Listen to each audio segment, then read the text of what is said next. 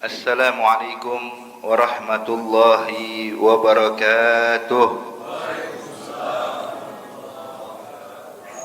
Alhamdulillah, alhamdulillahilladzi hadana li hadza wa ma kunna linahtadiya laula an hadana Allah. Allahumma salli wa sallim wa barik wa karrim ala sayyidina Muhammad miftahi bab rahmatillah adada ma fi ilmillah, salatan wa salaman daimaini bidawami mulkillah wa ala alihi wa sahbihi wa mawalah ma ba'd. Hadirin hadirat yang dimuliakan Allah Subhanahu wa taala, berhubung ini malam mungkin merupakan penutupan sementara dari majelis ta'lim kita, sebab untuk bulan yang akan datang kita sudah memasuki daripada bulan suci Ramadan, bulan yang sangat mulia, bulan yang diagungkan Allah Subhanahu wa taala, yang mana kita dituntut untuk memperbanyak ibadah lebih daripada bulan-bulan selain Ramadan.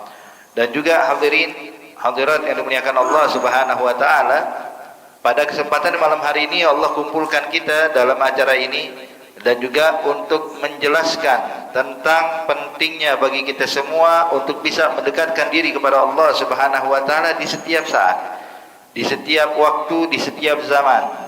Namun sebagaimana kita ketahui, Allah Subhanahu wa taala menciptakan makhluk, maka Allah juga yang memilih dari sebagian makhluk itu lebih mengutamakannya dibandingkan yang lainnya.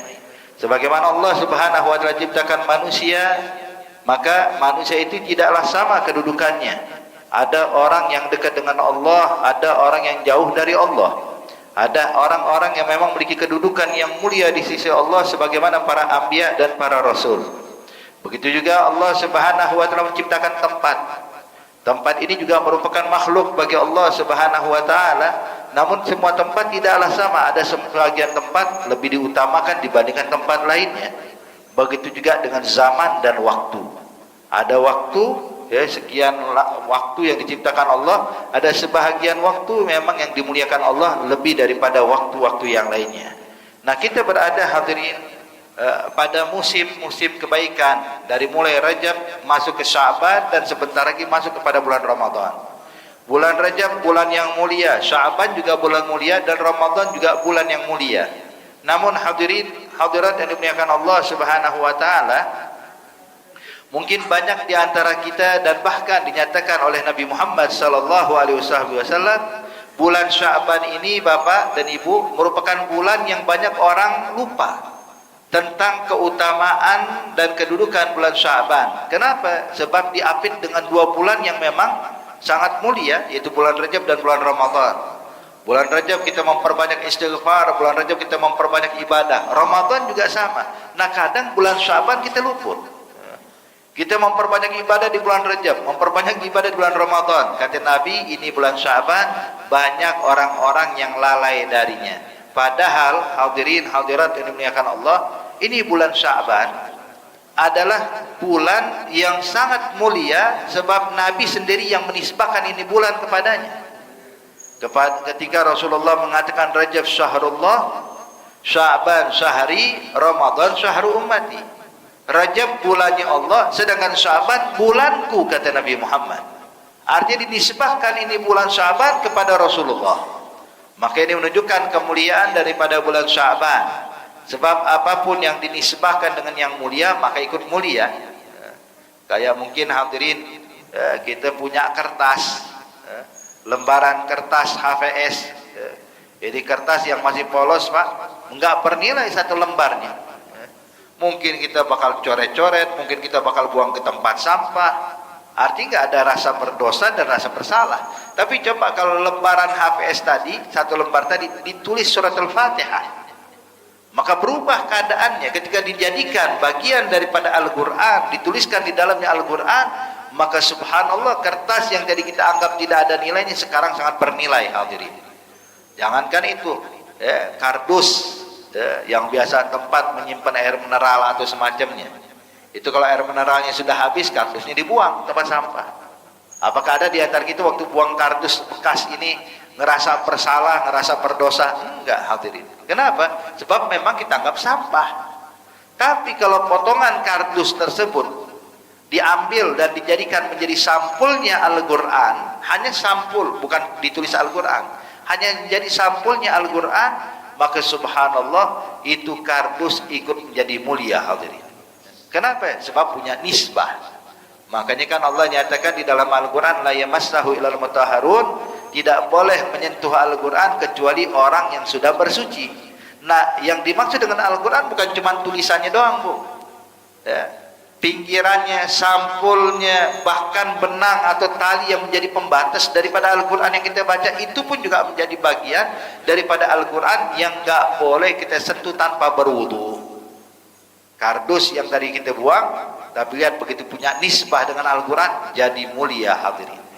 Nah, ini bulan Sya'ban, begitu juga Bapak Ibu, ini bulan yang dinisbahkan kepada Nabi Muhammad sallallahu alaihi wasallam, yang mana amal perbuatan kita ini hadirin hadirat selama setahun penuh, amal kegiatan kita selama setahun penuh itu bakal dilaporkan pada Allah pada malam nisfu Sya'ban. Jadi ketika malam nisfu Sya'ban ini semua yang kita lakukan selama setahun, dari tahun lalu hingga saat ini hadirin, itu apapun yang kita kerjakan, apapun yang kita ucapkan, apapun yang kita amalkan, semuanya itu tertulis, dicatat oleh Raqib Atid. Nah, ini tulisan tersebut dilaporkan pada Allah.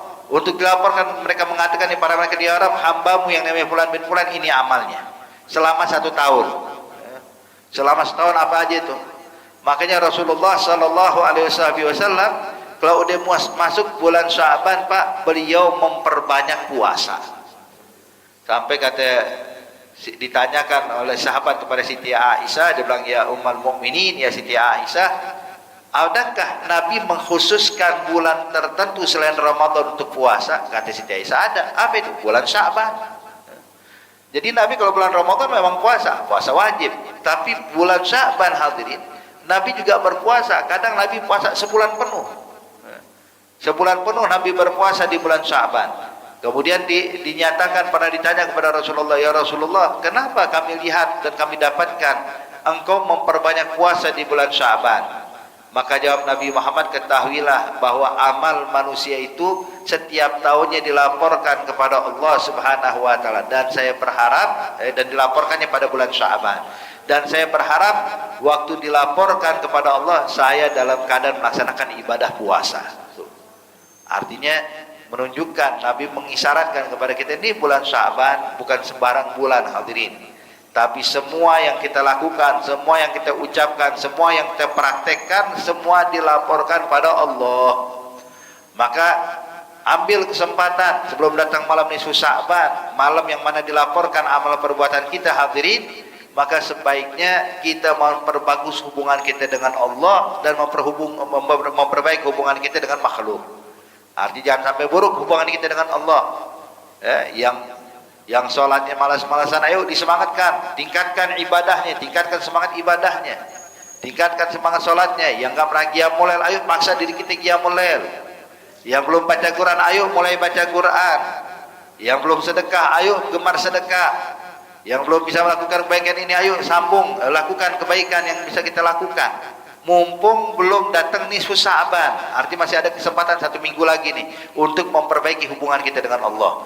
Begitu juga sama halnya memperbaiki hubungan kita dengan sesama manusia, kepada kerabat, kepada keluarga, kepada orang tua, kepada anak, kepada kakak dan adik, kepada sepupu, pada paman dan ponakan. Jalin hubungan yang baik. Jangan kita memutuskan tali silaturahmi.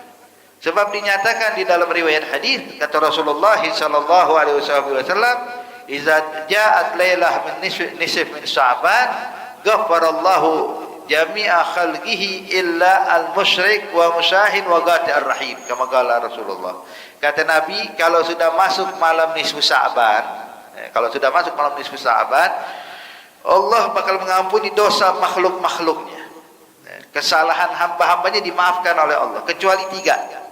Siapa itu? Yang pertama adalah musyrik, orang yang menyekutukan Allah, yang tidak beriman kepada Allah, yang meyakini Tuhan selain Allah, yang kayak begini sampai kapanpun gak bakal diterima ibadahnya.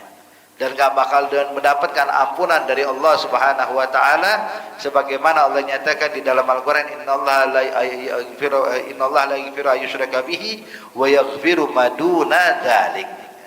Allah enggak bakal mengampuni dosa orang-orang yang menyekutukannya, tapi kemungkinan kalau sudah menyekutukan Allah, dosanya masih bisa diampuni sama Allah. Tapi kalau dia musyrik, Allah nyatakan enggak bakal diampuni sama Allah.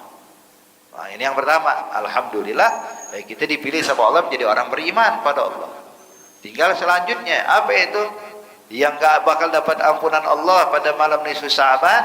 Yang kedua adalah al-musyahin, yang menyimpan syahna, kebencian kepada sesama muslim, benci sama tetangganya, benci kepada kerabatnya, benci sama orang sekitarnya. Ini orang yang menyimpan kebencian kepada muslim manapun, ambil kabar, dosanya nggak bakal diampunin sama Allah. Makanya hadirin, apa gunanya kita bermusuhan sama orang Islam? Cuman kebawa hawa nafsu, kebawa emosi, tapi yang rugi kita. Betul hadirin, yang salah orang tersebut, yang salah adalah orang itu kepada kita, yang berbuat buruk duluan dia kepada kita. Tapi hadirin, kalau kita menyimpan kebencian, kerugian juga datang pada kita. Apa kerugiannya? Kerugiannya nggak dapat ampunan Allah. Kalau kita nih hadirin hadirat yang dimuliakan Allah, kalau memang harus memboikot seseorang, tidak mau menegur seseorang, walaupun orang itu salah, tetap kata di dalam Al-Qur'an, di dalam hadis kata Rasulullah, kita nggak boleh berlebih-lebihan. Kalau pengen diamin dia, jangan lebih dari 3 hari. La tahjur akhaka fawqa thalath. Jangan kita memboikot, tidak mau menegur sahabat kita lebih dari 3 hari. Ya. Kalau dalam 3 hari masih oke lah, masih dimaafin sama Allah. Sehari nggak negor, 2 hari nggak negor, 3 hari nggak negor. Kenapa? Manusiawi masih. Ya, artinya wajar, orang tuh gak bakal bisa seperti malaikat, diganggu terus langsung memaafkan. Kita sadar kita ini lemah. Makanya kata Nabi, la tahjur akhaka fawqa thalath. Jangan engkau memboikot saudaramu lebih dari 3 hari. Kalau 3 hari ke bawah masih dimaklumin. Tapi kalau sudah lebih dari 3 hari, hukumnya haram. Tuh lihat, rugi hadirin. Jadi intinya, jangan kita mentang-mentang rasa diri kita pengen membela diri, kita memusuhi muslim manapun, itu cuma kerugian. Hadirin hadirat yang dimuliakan Allah Subhanahu wa taala, apalagi salah satu orang yang salatnya tidak diterima oleh Allah adalah yang model kayak gini, akhwani mutasarriman. 2 bersaudara yang saling bermusuhan. Kita ini saudara semuanya. Dari manapun asal kita, latar belakang kita seperti apa hadirin, asal usul kita, ya. Kemudian adat kita yang berbeda ini dan itu, subhanallah, yang nyatukan kita Islam, yang nyatukan kita kalimat tauhid. Gak peduli dia dari suku Jawa atau suku Sunda, suku Sumatera atau suku Banjar, suku manapun hadirin, kita ini disatukan oleh Allah dengan kalimat tauhid. Kita saudara. Allah nyatakan innamal mu'minuna ikhwah. Nabi menyatakan al-muslim akhul muslim, muslim yang satu saudara bagi muslim lainnya. Nah, jangan sampai persaudaraan yang sudah dikokohkan oleh Allah malah kita retakkan. Persaudaraan yang sudah disatukan oleh Allah malah kita lepaskan dengan alasan ekonomika atau dengan alasan sosialkah, dengan alasan inilah. Ini semua hadirin hadirat, segala macam yang memecahkan persaudaraan itu adalah hal yang dibenci oleh Allah. Apalagi kadang-kadang urusan cuma urusan dunia, urusan bisnis, bukan apa namanya, beda penghasilan, berantem hadirin, bermusuhan. Padahal itu mau gimana pun juga, yang namanya rezeki udah diatur sama Allah. Kita nggak bakal bisa ngambil rezekinya orang, dan orang lain juga nggak bakal bisa ngambil rezekinya kita. Artinya rezeki udah ada bagian masing-masing. Artinya Allah diatur, ini rezekinya sekian, ini rezekinya sekian. Terus kita mau marah buat apa? Orang haknya dia. Allah sudah atur rezekinya. Kita mau berusaha semaksimal mungkin gak bakal dapat hadirin. Khalas, aturan pembagian udah dibagi sama Allah masing-masing. Makanya kata guru, ada beberapa ulama bilang, nih kalau seandainya ente dihidangkan makanan cuman ikan, sedangkan di samping ente dihidangkan ayam, maka kata ulama, dia bilang jangan nengokin ayamnya orang sampai lupa dengan ikannya kita. Akhirnya ikan kita dicomot kucing nanti. So, khalas, ada apa yang di depan kita, ada rezekinya kita. syukuri apa yang Allah berikan kepada kita. Berusaha boleh, ikhtiar boleh, tapi membenci orang lain dalam urusan ini dan itu nggak boleh, dilarang. Apalagi timbul sifat hasud, iri, dengki. Hadirin, ini adalah hal yang dibenci dan diharamkan Allah Subhanahu wa taala. Kemudian juga yang ketiga, yang terhalang orang mendapatkan ampunan dari Allah, siapa itu? Qati'ur rahim, orang yang memutuskan tali silaturahmi. Nabi Muhammad sallallahu alaihi wasallam menyatakan dalam hadis, kata Rasulullah sallallahu alaihi wasallam, inna rahmah la tanzil ala qaumin wa fihim qati'. Nabi menyatakan bahwa rahmat dari Allah tidak akan diturunkan kepada suatu kaum, kepada suatu kampung yang di dalamnya ada satu orang yang mutusin tali silaturahmi. Coba bayangin, yang mutusin tali silaturahmi cuma satu orang, tapi imbasnya sekampung. Sekampung nggak dapat rahmat Allah gara-gara dia. Maka bayangin kalau yang mutusin tali silaturahmi itu bukan di kampung kita doang, ada di rumah kita, tinggal serumah sama kita, orang yang mutusin tali silaturahmi. Bayangin gimana rumah kita bisa dapat rahmat dari Allah, gimana rumah kita bisa dapat pandangan ridha dari Allah. Kenapa? Di dalamnya ada orang yang suka mutusin tali silaturahmi.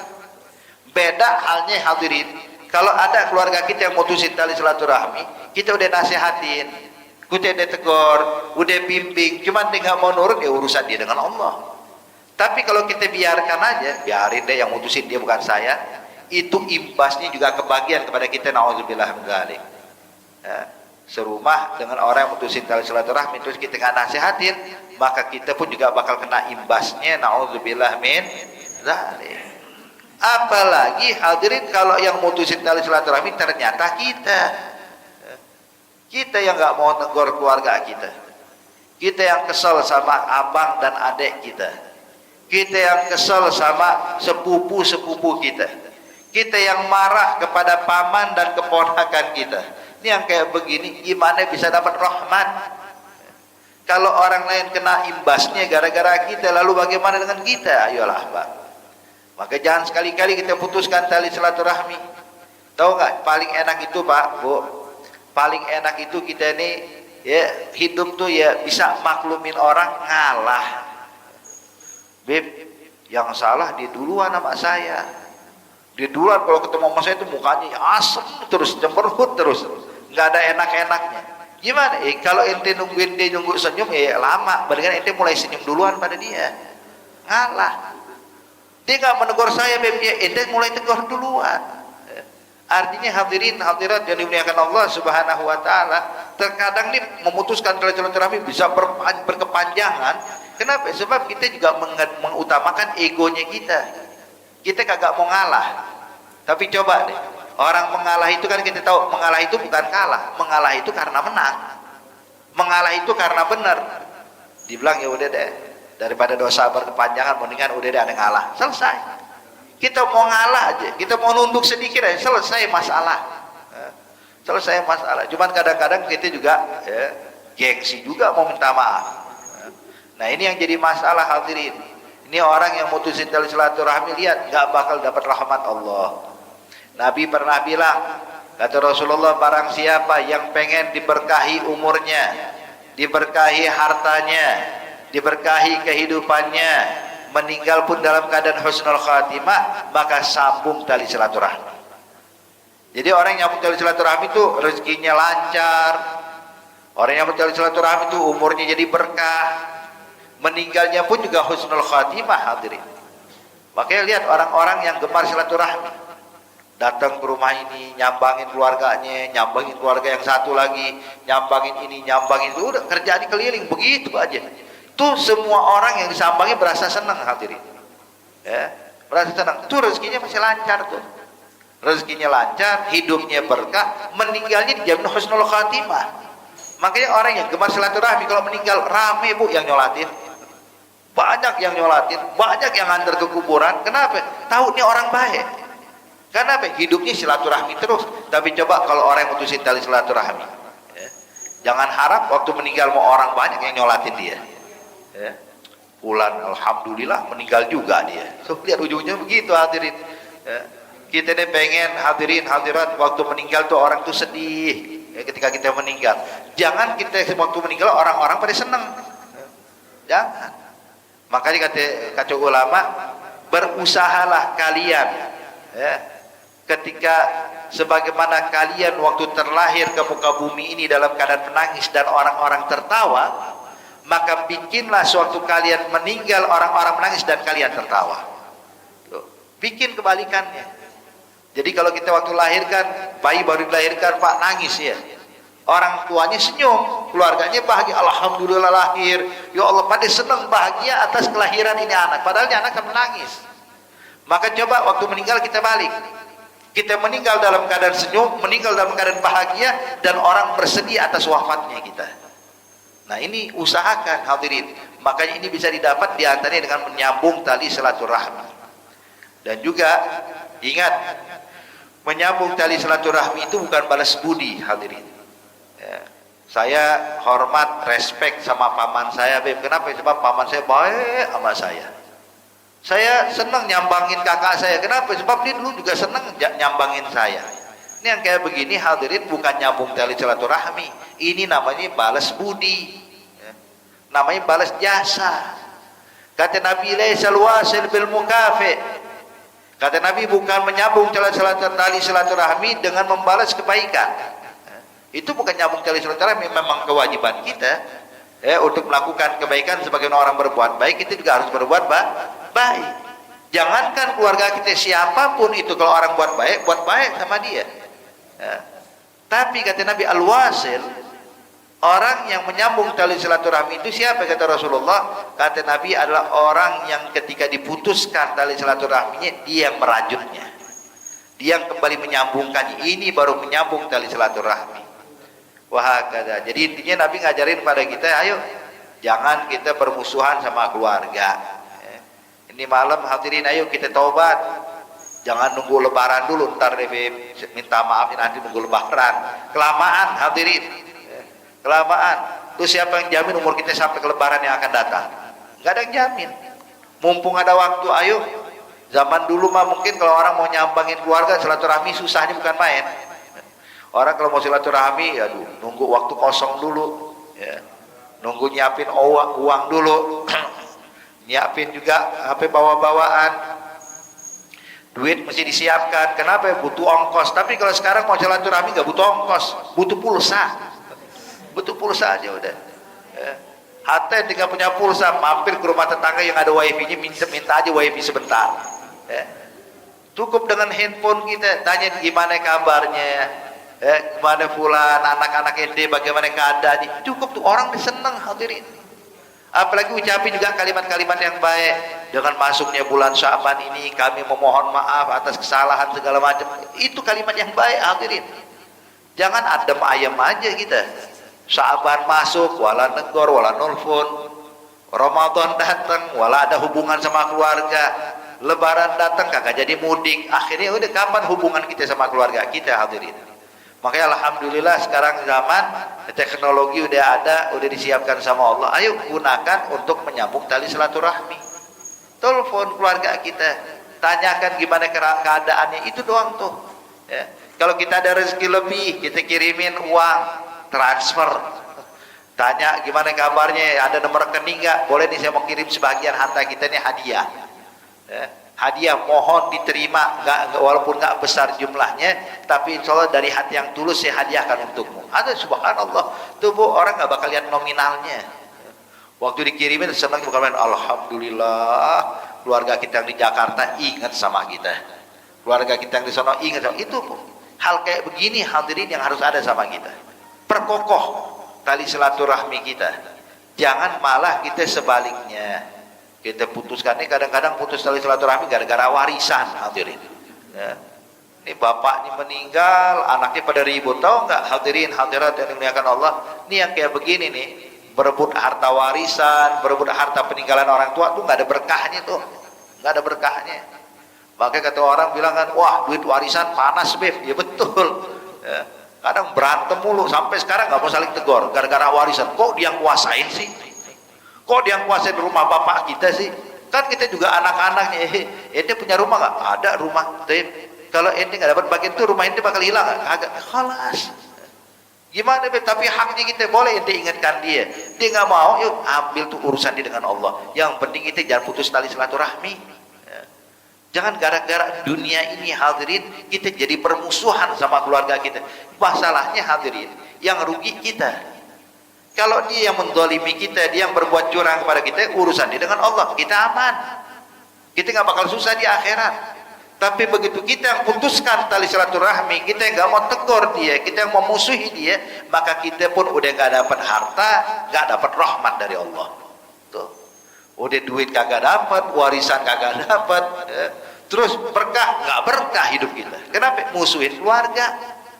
Rahmat dapat kagak dapat rahmat. Kenapa? Putusin tali silaturahmi. Akhirnya ruginya double. Inilah kata orang bilang tuh pepatah, mengatakan udah jatuh ketiban tangga lagi ya. Begini udah.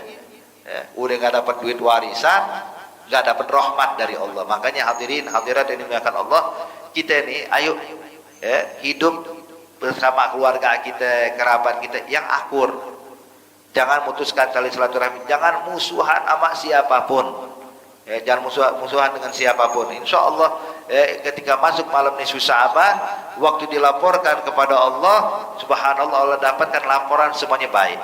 Menyambung tali silaturahmi ada, berbakti sama orang tua ada, berbuat baik kepada sesama muslim ada, melazimkan ibadah ada, subhanallah. Jika waktu dapat laporan tersebut, Allah bakal turunkan rahmat juga keberkahan dari kita. Hadirin hadirat yang dimuliakan Allah, juga yang perlu kita ingatkan, untuk masuk ke bulan Ramadan nih hadirin hadirat, perlu kita latih diri kita. Makanya tadi udah kita sampaikan di awal, mumpung bulan Sya'ban, perbanyak ibadah, perbanyak amal taat, khususnya ibadah-ibadah yang bakal kita lakukan pada bulan Ramadan. Mulainya dari sekarang nih. Jangan startnya nunggu Ramadan, kita curi start sekarang. Kita mulai baca Quran sekarang, kita mulai sedekah sekarang, kita mulai qiyamul lail sekarang. Kita mulai tahajud, kita mulai salat witir, kita mulai melakukan ibadah-ibadah yang bakal kita lakukan pada bulan Ramadan. Hingga nanti begitu masuk bulan Ramadan enak, Pak. Semua ibadah yang udah kita rutinkan enteng jadinya di bulan Ramadan. Tapi coba kalau orang mau baca Quran, nanti Beb, saya mau baca Quran nunggu malam pertama Ramadan. Beb, sebelumnya baca Quran enggak, Beb. Ada terakhir baca Quran itu ya malam takbiran. Masya Allah, setahun kagak pegang Quran hadirin. Kadang-kadang pakai ditanya, tuh Al-Quran ente ada nggak di rumah? Ada Beb di rumah. Di mana? Wah itu dia masalahnya Beb. Kenapa? Ada lupa naruh. Berarti emang nggak baca Quran. Nggak baca Quran. Nah makanya hadirin kita jangan nunggu Ramadan dulu. Dari sekarang nih, dari sekarang latih. Biasain baca Quran. Biasain baca. Usahakan dapat 1 juz sehari ini. Besok dapatin sejuz lagi. Lusa dapatin sejuz lagi. Ayo mumpung nih. Mumpung kalau memang bisa kita kejar, ini kan kita telat 1 minggu, ayo kita baca nih, kalau bisa berapa malam ini baca 2 juz hadirin, biar nanti bulan Sya'ban kelar khatam Quran, nanti Ramadan khatam yang lain lagi, dapat khatam Quran yang lain lagi. Kenapa? Sebab orang kalau udah membiasakan ibadah dari sebelum Ramadan, nanti masuk Ramadan enak Pak ibadahnya. Kita dapatkan ada beberapa orang tua hadirin yang kita dapatkan tuh dia puasa itu dari Rejab. Awal Rejab puasa Pak sebulan, Sya'ban puasa 1 bulan.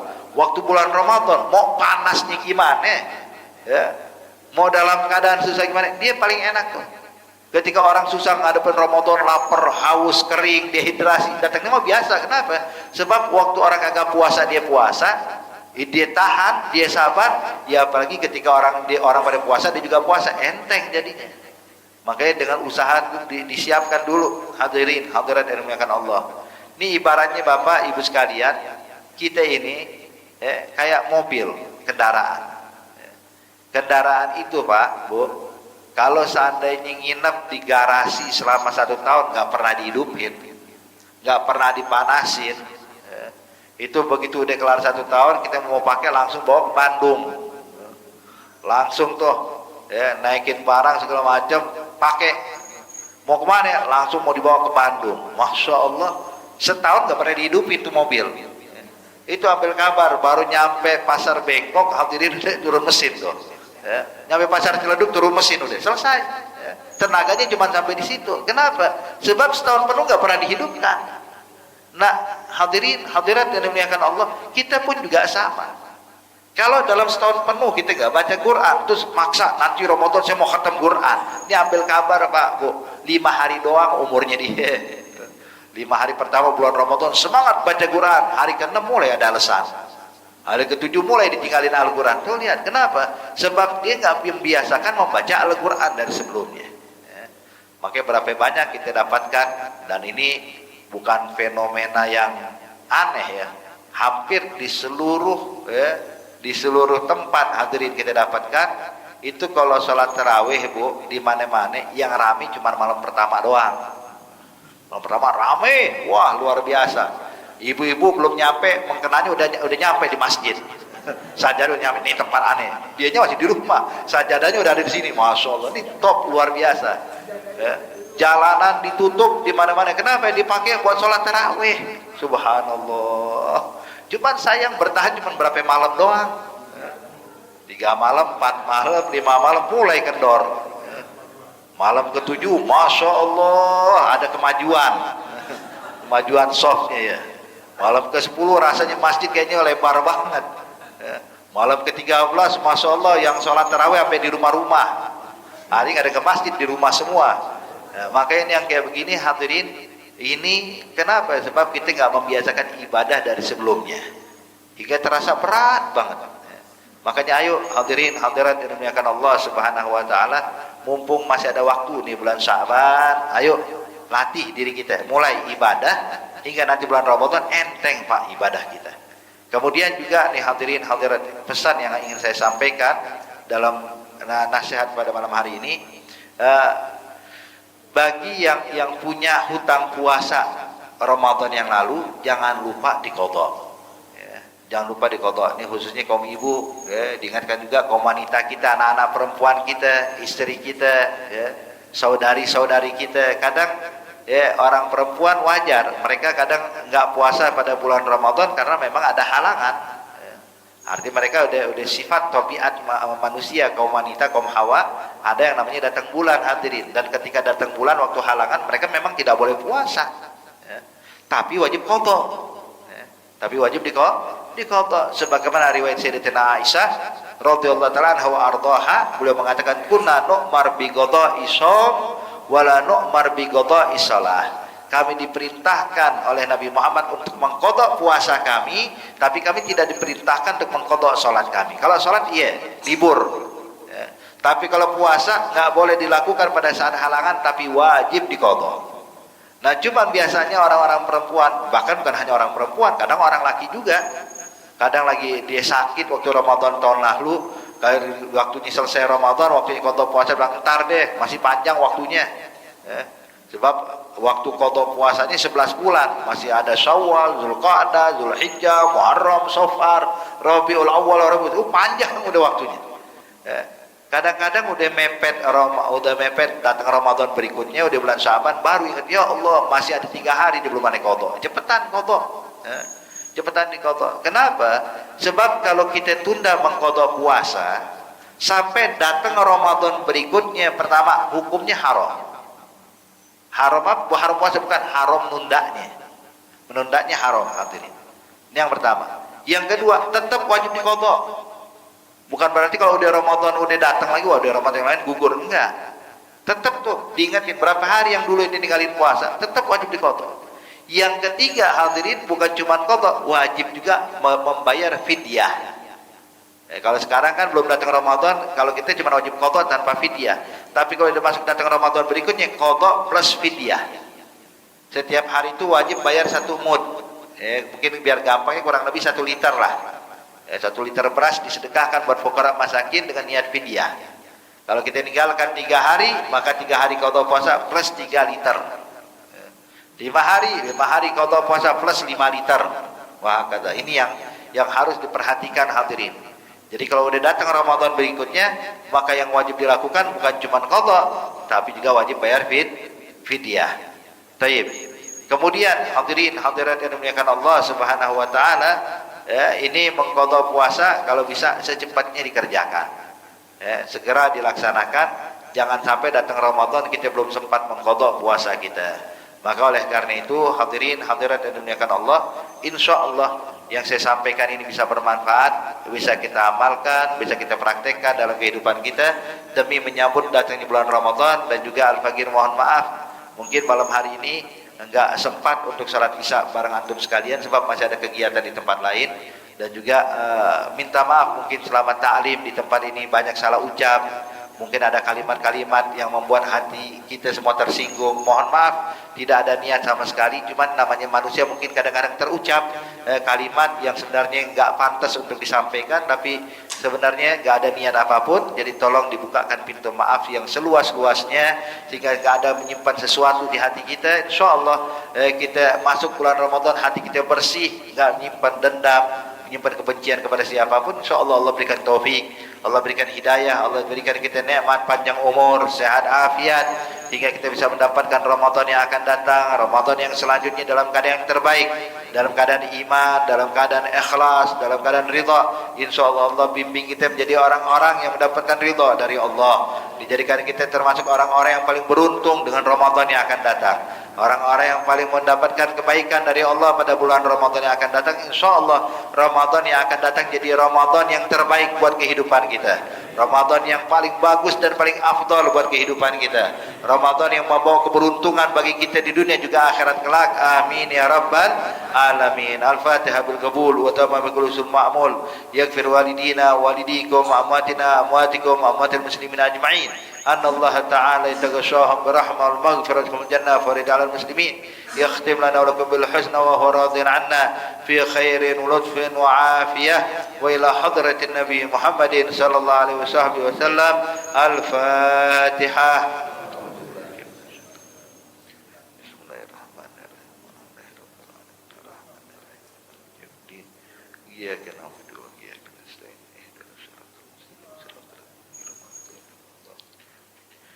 Bismillahirrahmanirrahim. Alhamdulillahi rabbil alamin. Allahumma salli wa sallim ala sayyidina Muhammadin wa ala ali sayyidina Muhammad. Allahumma barik lana fi Rajab Sya'ban wa ballighna Ramadan wa ballighna Ramadan wa ballighna Ramadan wa a'inna ala syiyam wal qiyam mahfazna jamil atham waj'alna wa iyyakum min utaqa'i wa talaqa'i wa jari min an-nar. Allahumma ij'alna wa iyyakum min suwami guwami bi rahmatika ya arhamar rahimin. Wa sallallahu ala sayyidina Muhammad an-nabiyil ummi wa ala alihi wasallam. Walhamdulillahi rabbil alamin. Lebih kurangnya fakir mohon maaf. Wabillahi taufiq wal hidayah. Wassalamualaikum warahmatullahi wabarakatuh.